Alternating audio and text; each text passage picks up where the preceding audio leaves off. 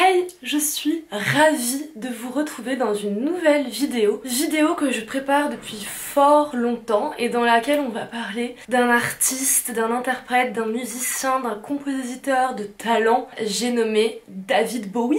Alors oui, ça fait très longtemps que j'ai envie de faire une vidéo sur David Bowie, sur son style, ses styles, mais en fait je me suis intéressée à David Bowie assez tardivement dans ma vie. Je pense que j'ai vraiment commencé à écouter ses albums de manière impliquée à partir des bails de confinement, et à partir de ce moment je me suis dit c'est vrai que moi ce qui m'a attirée instinctivement chez David Bowie c'est plutôt son look, et du coup j'ai commencé comme ça à m'intéresser à sa musique par le biais de ses vêtements, de son image esthétique. Et puis je suis tombée sur un article sur Cairn qui parlait de David Bowie et de son style qui était vraiment super génial, édifiant, et je me suis dit bon, il y a vraiment quelque chose à faire, faut s'y mettre.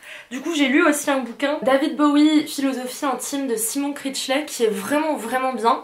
C'est un tout petit bouquin qui se lit très facilement, il y a un style assez agréable, assez brut. Et c'est un peu de la philo, mais surtout ça analyse pas mal les paroles de David Bowie et c'est sur le rapport de l'auteur à sa musique. Bref, j'ai collecté, glané un peu les infos que je pouvais trouver partout, et du coup aujourd'hui me voilà pour vous parler de la mode dans l'œuvre de David Bowie. Et la question qui va un petit peu planer au-dessus de cette vidéo tout au long de mes analyses, ça va être celle de savoir comment Bowie il a pu formuler une critique sociale par le biais de son style. Et du coup pour un petit peu y répondre, j'ai fait faire plusieurs chapitres dans cette vidéo. Donc d'abord, passage obligé, on va un peu parler de la vie de David Bowie. Je vous mettrai tous les timestamps en barre d'infos parce que je pense que la vidéo va être assez longue. Après, dans un second temps, je vais vous proposer tout bêtement l'analyse des styles de ces différents personnages, parce que David Bowie il a construit plein de personnages tout au long de ses albums qui sont incarnés via des styles vestimentaires très distincts. Après, en troisième temps, on va voir pourquoi justement il y a un geste politique là-dedans. C'est quoi? Qu'est-ce que ça veut dire? Quelle est cette critique qu'il émet via ses apparences? Et enfin, on va faire une petite ouverture sur l'héritage de David Bowie dans la mode aujourd'hui. C'est parti!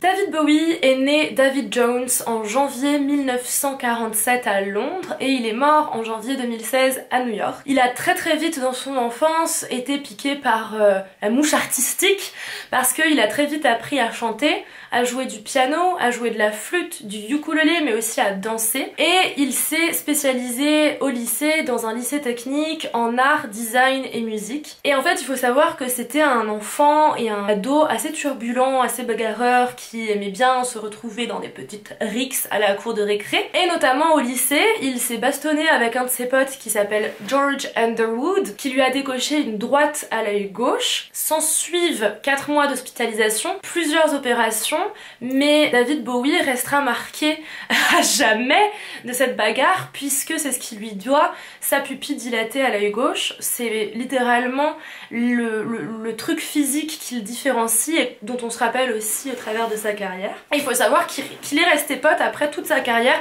avec George Underwood, qui a même conçu pour David Bowie plusieurs de ses pochettes. David Jones galère au début de sa carrière, il fonde plusieurs groupes, il me semble qu'il en fonde 4 au total, mais ça ne marche pas, ce sont des échecs commerciaux à chaque fois. C'est seulement en 1966 qu'il prend le nom de David Bowie. Mais bon, le succès n'est toujours pas au rendez-vous. Par contre, en 1967, avec sa petite amie de l'époque, il va découvrir le théâtre de la Commedia dell'arte, le mime aussi, le théâtre d'avant-garde, ce qui va beaucoup impacter sa musique par la suite. Mais il galère toujours autant, il se retrouve à tourner des spots publicitaires pour gagner sa vie, jusqu'à ce que finalement il soit embauché sur la tournée du groupe Tyrannosaurus Rex. C'est le groupe en duo de Marc Bolan, et en gros il joue le mime sur cette tournée-là, il fait le mime quoi. Le succès arrive enfin pour Bowie en 1969 quand il sort Space Oddity, quelques jours à peine avant le lancement de la mission Apollo 11. Il va sortir en 70, l'année où il se marie d'ailleurs, son 3e album déjà. Oui, parce que Bowie a une carrière prolifique et je vais pas pouvoir parler de tous ses albums, hein.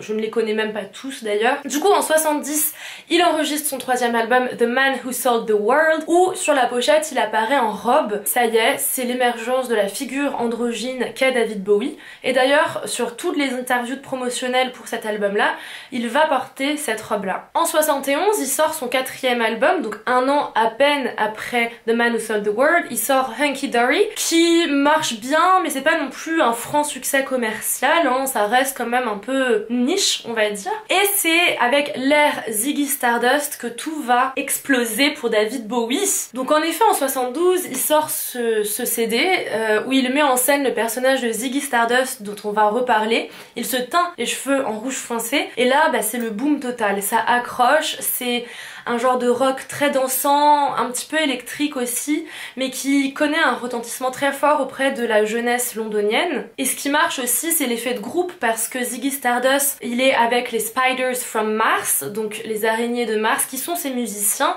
dont Mark Ronson, qui est le guitariste. Ce fameux duo de Ronson et Bowie va vraiment marcher parce qu'il y a une certaine ambiguïté. Il joue sur cette ambiguïté sexuelle et érotique entre les deux, qui est totalement novatrice et même presque provocante pour l'époque. Il faut savoir que Ziggy Stardust, très rapidement pour vous donner une idée si vous connaissez pas, c'est un personnage inventé dans cet album par Bowie, qui en fait est une sorte d'extraterrestre arrivé sur Terre pour devenir une légende de rock. C'est un personnage qui est très inspiré d'un rocker des années 60 british qui s'appelle Vince Taylor, mais qui est aussi très inspiré d'un créateur de mode, d'un styliste japonais qui s'appelle Kenzai Yamamoto, à ne pas confondre avec Yohji Yamamoto qui est plus connu que lui. Mais on va reparler de Kenzai Yamamoto dans la deuxième partie encore, patience. Cet album, il va vraiment participer à la fondation d'un mouvement musical slash esthétique slash fashion qui s'appelle le glam rock. Et finalement, Bowie sort en 73 Aladdin Sane, qui présente un nouveau personnage, mais qui en fait est un petit peu dans la continuité de Ziggy. Simplement, c'est plus outre-Atlantique parce que David Bowie va entamer une tournée aussi aux États-Unis. C'est la période d'ailleurs où il rencontre Iggy Pop et Lou Reed et il va donner plein de concerts très théâtraux où David Bowie est totalement dans son personnage. Il va mimer des fellations à la guitare de son guitariste, il se déshabille sur scène, il va même dire à Londres à un dernier concert de sa tournée que c'est le dernier concert de sa vie. La drama queen, en fait il s'agit du dernier concert de Ziggy, de son personnage et non pas de David. Finalement en 74, David Bowie s'installe à Los Angeles, il sort un nouvel album qui s'appelle Diamond Dogs, qui marche très bien, et qui inaugure un nouveau personnage qui s'appelle Halloween Jack, qui est un personnage qui évolue dans une ville un peu post-apocalyptique. Il poursuit ses tournées, il a pas le time, et ça va être des énormes shows avec gros budget, chorégraphie, enfin on est loin du petit artiste underground londonien quoi. Malheureusement à cette époque, il consomme beaucoup de cocaïne et il va développer des comportements de paranoïa à cause de cette addiction là. Et ça va s'intensifier avec les années puisque en 1975, il sort un album qui s'appelle Young Americans qui va avoir un succès plutôt aux États-Unis. Et enfin, en 76, il sort encore un autre album qui s'appelle Station to Station qui inaugure un troisième personnage très marquant de la discographie de David Bowie qui est le Thin White Duke. Le Thin White Duke, c'est un personnage qui va se retrouver au cœur d'une série de polémiques et qui annonce musicalement la période berlinoise de Bowie dont on va parler parce que c'est des sons un petit peu plus expérimentaux avec une esthétique bien plus froide que celle de Ziggy Stardust, une esthétique plus dépouillée qui s'inspire beaucoup de l'expressionnisme allemand et de la figure de Bertolt Brecht aussi. Les controverses dans lesquelles David Bowie à cette époque se retrouve, elles sont liées beaucoup à sa consommation de cocaïne et aussi au fait qu'il n'arrive plus à départager la limite entre son personnage, le Thin White Duke, et lui-même. Il va donner une interview en Angleterre dans laquelle il va affirmer que ça ferait du bien au Royaume-Uni que d'avoir un leader fasciste. Ensuite, il va être arrêté à la frontière entre la Pologne et la Russie en possession de souvenirs nazis. Et enfin, on va le voir alors qu'il arrive à la gare de Londres en des voitures décapotables faire une sorte de salut nazi, ou en tout cas quelque chose qui y ressemble fortement. Bien sûr, Bowie, dans la suite de sa carrière, va dire regretter énormément cette période, ses gestes et ses paroles qu'il a pu énoncer, et il va mettre tout ça sur le dos de son personnage. Après toute cette série de controverses, David Bowie se dit bon, faut faire quelque chose, I wanna quit cocaïne. Du coup, quoi de mieux pour arrêter la cocaïne que d'aller s'installer à Berlin-Ouest où, eh bien, il y a les premiers héroïnomanes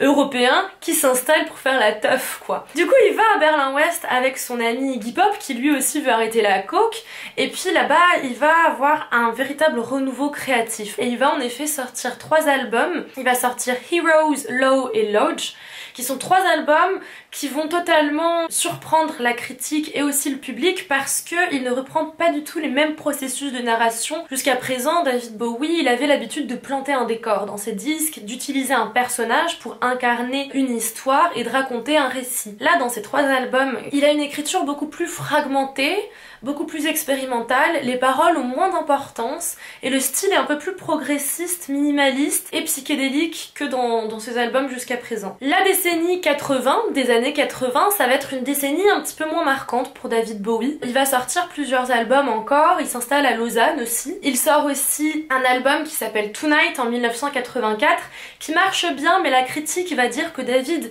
Bowie est en train de s'essouffler et que les grandes heures de sa carrière sont derrière lui. Coup dur. Finalement, David Bowie, au début des années 90, va essayer de fonder un nouveau groupe, puis en 93, il sort un autre album solo qui s'appelle Black Tie, White Nose, et la critique va dire ça y est, David Bowie a retrouvé son inspiration après une petite décennie des années 80 un petit peu moins fertile d'un point de vue artistique. Bowie ne s'arrête pas là et en 97, il enregistre un autre album qui s'appelle Earthlink qui est aussi un succès. Il sort encore 2 albums au début des années 2000, puis il entame une grosse tournée pendant laquelle il va faire un arrêt cardiaque. Après cet arrêt cardiaque, silence radio pendant plus de 10 ans. En 2013, énorme surprise, nouvel album de David Bowie, un album qui s'appelle The Next Day et qui est un succès à la fois du point de vue de la critique et du public.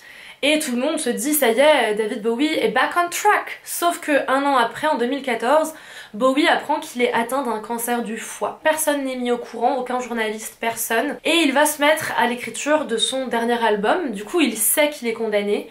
Donc cet album a une valeur testimoniale en réalité. Il va sortir cet album qui s'appelle Black Star le 8 janvier 2016 et il meurt à peine 2 jours après. Voilà pour la biographie très condensée de David Bowie. Déjà, d'un point de vue général, il faut savoir que chez David Bowie, il y a une idée de métamorphose continuelle. Et c'est une idée qui est assez novatrice et en réalité, je pense qui est même un peu révolutionnaire chez les artistes. Parce que, quand même, chez les artistes, il y a plutôt cette espèce de valeur sûre de pouvoir être reconnaissable et donc d'adopter un look facilement identifiable qui puisse être pérenne sur de nombreuses décennies pour que voilà, ça soit associé à l'artiste et qu'il puisse être reconnu facilement, il puisse être incarné. David Bowie, c'est tout l'inverse. Il cherche à chaque fois qu'il est dans une nouvelle ère musicale à renouveler son image. Parce que lui, il ne veut pas être saisi, il ne veut pas être essentialisé. Et ça, c'est un principe qui, comme je le disais, chez les artistes est quand même peu banal, mais aussi dans la mode qui est peu banal. Parce qu'en réalité, chez toutes les grandes maisons de couture, il y a un peu cette idée qu'il faut chaque saison qu'on retrouve un certain nombre de codes qui soient identifiables, qui fassent un petit peu le sel de la maison. Il faut qu'il y ait une identité en fait. Et David Bowie, en envoyant valser un petit peu cette règle, il a ouvert la voie à plein de stylistes et de créateurs qui se disent ouvertement inspirés par Bowie, qui se sont permis du coup de ne plus avoir cette espèce de socle et de retravailler les mêmes choses saison après saison. C'est le cas par exemple de Marc Jacobs et Miuccia Prada. Marc Jacobs qui dit lui-même avoir été très inspiré par David Bowie et qui se retrouve à faire des collections saison après saison qui n'ont rien à voir les unes des autres. Une collection va être super grunge et celle d'après hyper girly, etc. Le premier personnage introduit par David Bowie, c'est Major Tom, qu'on retrouve dans Space Oddity, qu'il a donc sorti en 1969, le premier hit de sa carrière. Major Tom, il a une histoire assez simple. Il s'agit d'un astronaute qui est envoyé en mission dans l'espace et qui finalement se retrouve bloqué dans sa navette spatiale à des années-lumière de chez lui et qui ne peut jamais rentrer chez lui en fait. C'est une espèce d'épopée qui a une fin totalement tragique. D'un point de vue du style, c'est là où je disais que c'était assez simple. Il est en combinaison d'astronaute, voilà, c'est pas non plus hyper travaillé comme costume, mais ce qui est intéressant, et c'est pourquoi je voulais en parler quand même, c'est que déjà ça pose les bases de comment est-ce que David Bowie se perçoit. Il a toujours dit, quand on regarde ses interviews, qu'il s'est senti outsider vis-à-vis des autres, vis-à-vis de sa propre vie. Il s'est toujours senti en décalage, il s'est toujours senti à la marge. Et ça, c'est super important parce que ça va que s'accentuer au fur et à mesure de sa carrière. Et c'est incarné dès le début de sa carrière avec Major Tom. Finalement, dans un single qui va sortir, je crois, dans les années 90, bien plus tard, qui s'appelle Ashes to Ashes, David Bowie nous informe que Major Tom est en fait un junkie.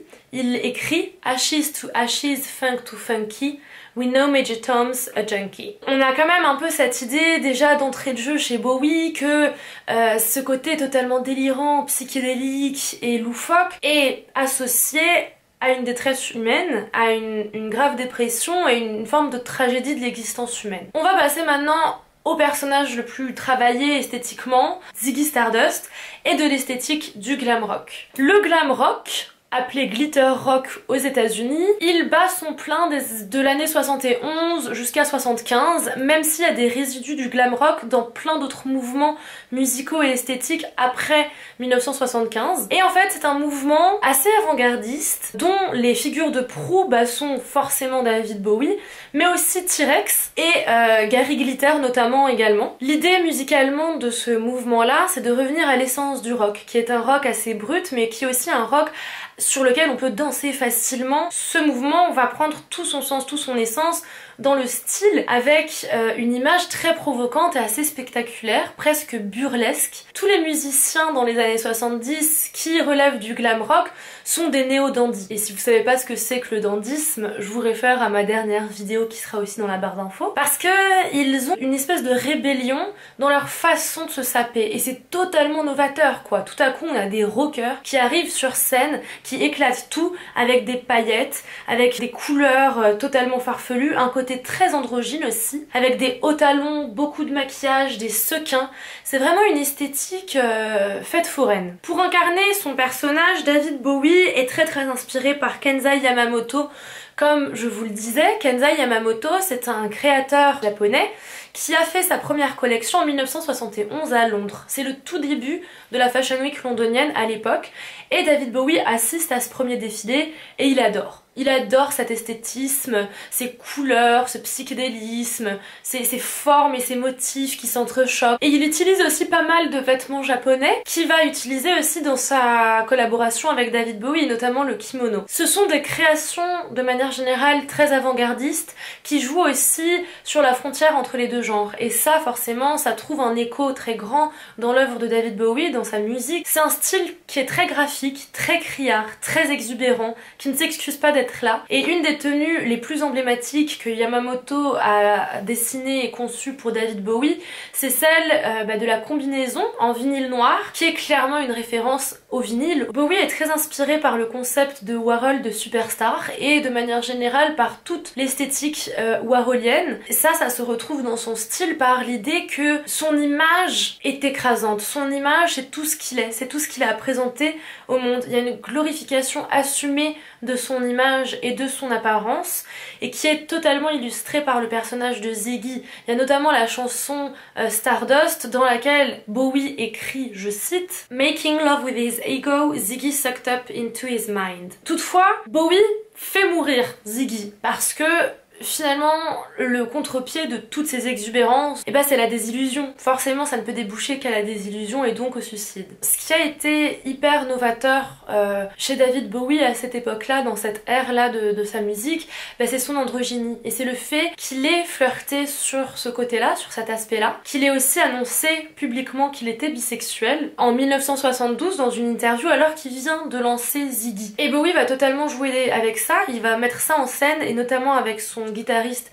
Mick Ronson. Par exemple, il y a une première représentation sur l'émission Top of the Pops, qui est une émission archi regardée par les adolescents à l'époque, où c'est une des premières fois, il me semble, que David Bowie joue Ziggy en public. Et bien il va prendre son guitariste comme ça par la main, par l'épaule. C'est quelque chose, un moment très sensuel et qui va marquer un tournant dans l'histoire de la musique et aussi dans l'histoire des mœurs. There's a starman waiting in the sky. He'd like to come and meet us, but he thinks he'd blow our minds. There's a starman waiting in the sky. He's told us not to blow it, 'cause he knows it's all worthwhile. He told me. Aladdin Sane, c'est un album dans lequel il reprend un peu le personnage de Ziggy, mais en montrant une facette de la célébrité bien plus sombre. Et surtout, ce qui est intéressant dans l'album, c'est la pochette elle-même. C'est la pochette la plus connue, l'image peut-être même la plus connue de David Bowie. Et c'est fou parce que cette espèce d'éclair qui traverse son visage, il ne la portait que sur cette pochette. La photo a été prise par Brian Duffy en 1973 et il y a un journaliste de The Guardian qui dit que c'est la Mona Lisa des couvertures d'albums. Cette flèche qui lui coupe le visage en deux, elle est représentative de la schizophrénie, ou en tout cas d'un état mental proche de la schizophrénie. David Bowie, il me semble que son frère ou son beau-frère était atteint de schizophrénie. Je vais checker parce que peut-être que je dis de la merde. Oui, c'est son demi-frère qui était schizophrène en effet, et il va être très impacté par ça. Et cette flèche, c'est une manière aussi de rendre compte de son état qui est proche de la schizophrénie en 1972 et en 1973, alors qu'il est en pleine tournée aux États-Unis, parce qu'il y a une partie de lui qui adore se donner sur scène, il vit pour ça, et il y a une autre partie de lui qui déteste ce bus dans lequel il doit monter tous les soirs, rempli d'étrangers qu'il ne connaît pas, cette vie aux États-Unis aussi qui va le rendre complètement fou. C'est aussi une allusion à sa consommation de cocaïne qui peut totalement dédoubler sa personnalité. Puis cette flèche avec le traitement de la peau qui est translucide, un petit peu violacé, il y a quelque chose de totalement inquiétant là-dedans. En plus, c'est l'époque où il se rase les sourcils. Il avait une époque où voilà, plus de sourcils. Le photographe finalement il a choisi cette photo qui est de face, alors que pendant le shoot il y a beaucoup plus de photos où David Bowie est de profil, parce que quand il était de profil on voyait mieux l'éclair. Mais le fait que le photographe ait choisi cette photo, c'est assez parlant parce que ça donne un aspect de recueillement à l'image. On a quand même l'impression que David Bowie est très vulnérable, qu'il s'offre un petit peu et qu'il est presque en introspection en réalité sur cette pochette. Ce qui contraste beaucoup avec l'effet flamboyant du maquillage. Un dernier personnage dont j'avais envie de parler dans cette vidéo parce qu'il est encore une fois très différent des précédents, c'est le personnage du Thin White Duke. Du coup, le personnage de David Bowie qui a été très controversé. C'est fini les couleurs de Aladdin Sane, de Ziggy, c'est fini cette espèce de joie psychédélique, de délire complètement hallucinogène. Les cheveux sont gominés vers l'arrière, le look est monochrome, il y a vraiment un espèce de look arien. C'est très particulier, c'est très étrange et ça l'est d'autant plus au regard des actions et des paroles proférées par David Bowie à cette époque-là. Le Thin White Duke, il y a quelque chose d'assez mystique même. David Bowie à cette époque-là, il était obsédé par les trucs occultes. Apparemment chez lui à Los Angeles, il avait des bougies partout. Et ça se voit beaucoup dans le style du Thin White Duke, qui est un style très très froid, une esthétique très distancié. C'est un look qui a beaucoup inspiré Eddie Slimane lorsqu'il travaillait chez Saint Laurent. Dans les années 90, Bowie il a aussi bossé pas mal avec Alexander McQueen qui à l'époque n'était vraiment pas connu. Mais David Bowie avait du flair et du coup forcément il s'est entiché de McQueen qui a créé le costume qui figure sur la pochette de son album Earthling en 1997, l'Union Jack Coat. Et puis finalement Bowie à la fin de sa carrière, il va embrasser un look assez simple, toujours pareil, en costume classique. C'est aussi une manière, je pense, de transgresser tous ces principes, de faire voler en éclats la logique même artistique qui a remué toute son œuvre. Maintenant, ce qui m'intéresse, et c'est la dernière grosse partie de cette vidéo, c'est de savoir en quoi est-ce que David Bowie parvient à produire une critique sociale par son look, par sa mode, par sa manière de transgresser les principes fashion.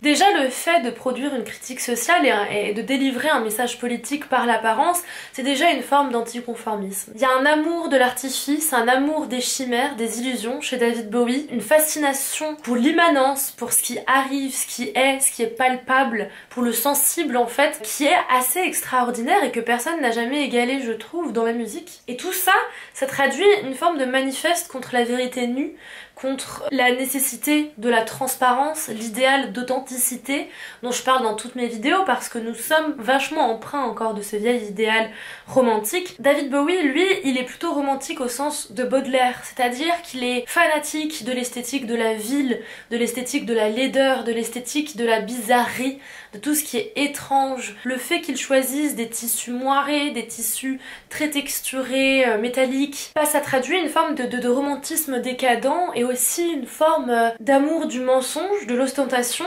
C'est un esthétisme assez radical. Pour Bowie, l'acte de création est un acte de dénaturation par essence. C'est ça qui définit la création, c'est le fait qu'on produise de la culture en fait. Autant assumer ce mouvement-là, autant aller jusqu'au bout, autant le tirer jusqu'à l'extrême. Et ce geste d'inauthenticité, il est archi assumé chez Bowie et il y fait référence dans plein de ses paroles. C'est vrai qu'il parle beaucoup de faire de la musique comme on ferait un film, c'est notamment le cas dans la chanson Life on Mars. Il y a une sorte d'amour de la fiction, amour de la projection qui se répète en boucle parce qu'il plante son monde, son décor, son personnage, son style, sa patte et tout ça se fait par le biais de l'apparence. Et ce qui est très fort, c'est que malgré ça, malgré ce constat-là, eh bien il y a une forme d'adhésion à la musique de Bowie comme une adhésion à une forme de vérité vraie.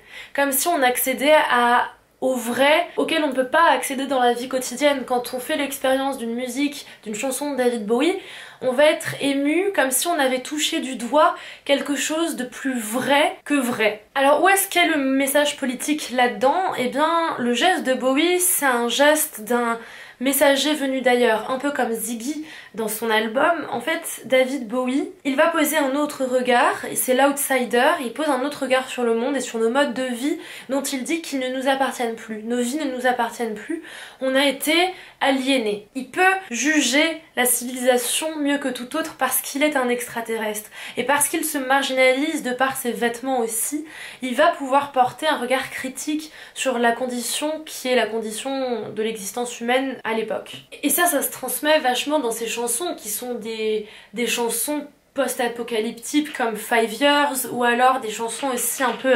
dystopiques dans lesquelles il joue le rôle d'un messager venu d'ailleurs qui est venu sur Terre comme un messie finalement, apporter la preuve qu'on peut exister autrement. Avec son esthétique camp qui prédomine, Bowie il parvient quand même de la manière presque la plus naïve parce qu'avec des couleurs, des vêtements, des talons, il parvient à choquer la morale bourgeoise, puritaine de l'époque, parce qu'il parvient avec ses vêtements à faire une forme d'hybridation de toutes les dichotomies qui sont alors en vigueur, qui le sont toujours actuellement. La dichotomie humain-animal, la dichotomie homme-femme, la dichotomie humain-non-humain ou extraterrestre, riche, pauvre, etc.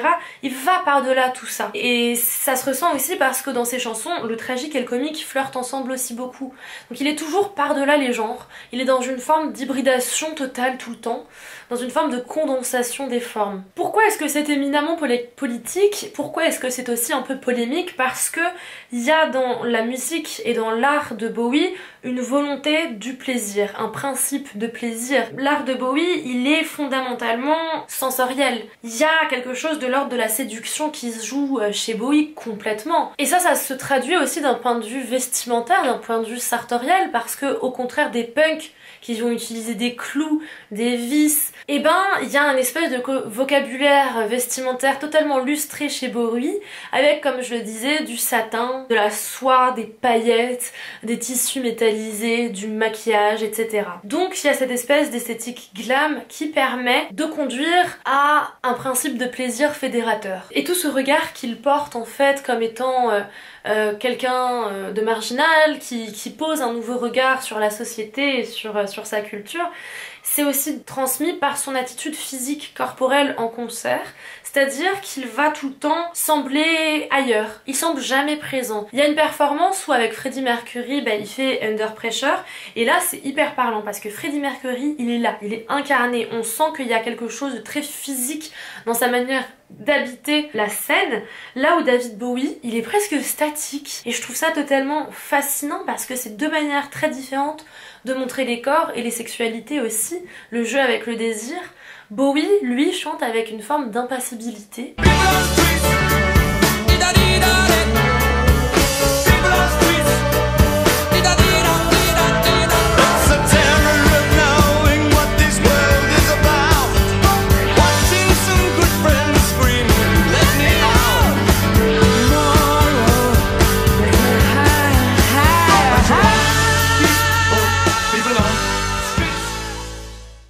Dernièrement, petit chapitre pour ouvrir un peu sur l'héritage de Bowie dans la mode, etc.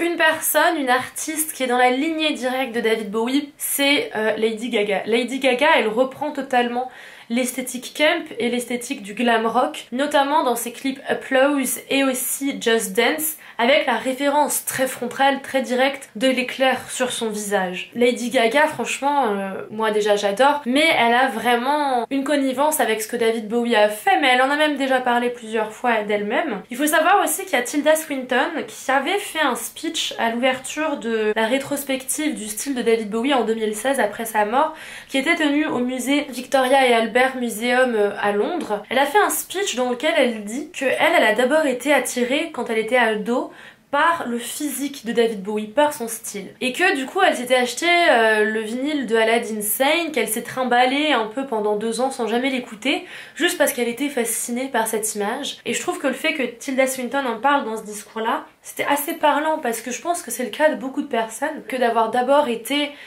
impactée par son look, et notamment à sa mort en 2016. Je pense qu'il y a plein de jeunes qui n'ont pas forcément grandi avec du David Bowie à la baraque et qui, en voyant toutes les photos sur Instagram, ont pu avoir envie de s'intéresser à lui. En 2016, à la Fashion Week qui a suivi son décès, il y a énormément de maisons de prêt-à-porter qui lui ont fait hommage, notamment Jean-Paul Gaultier qui lui a fait hommage à plein de reprises dans sa carrière, notamment aussi en 2013 dans un défilé intitulé Rockstars, parce que Gaultier avait vu David Bowie en 1978 pour la première fois de sa vie.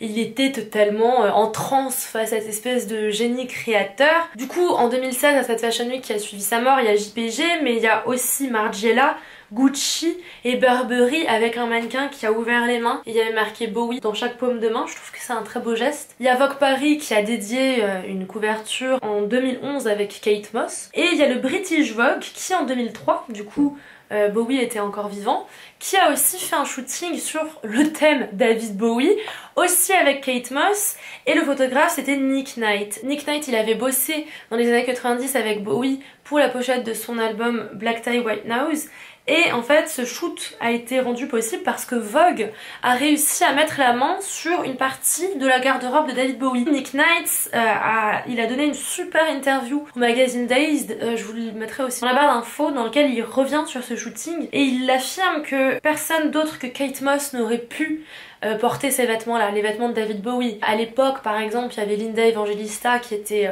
grave à la mode.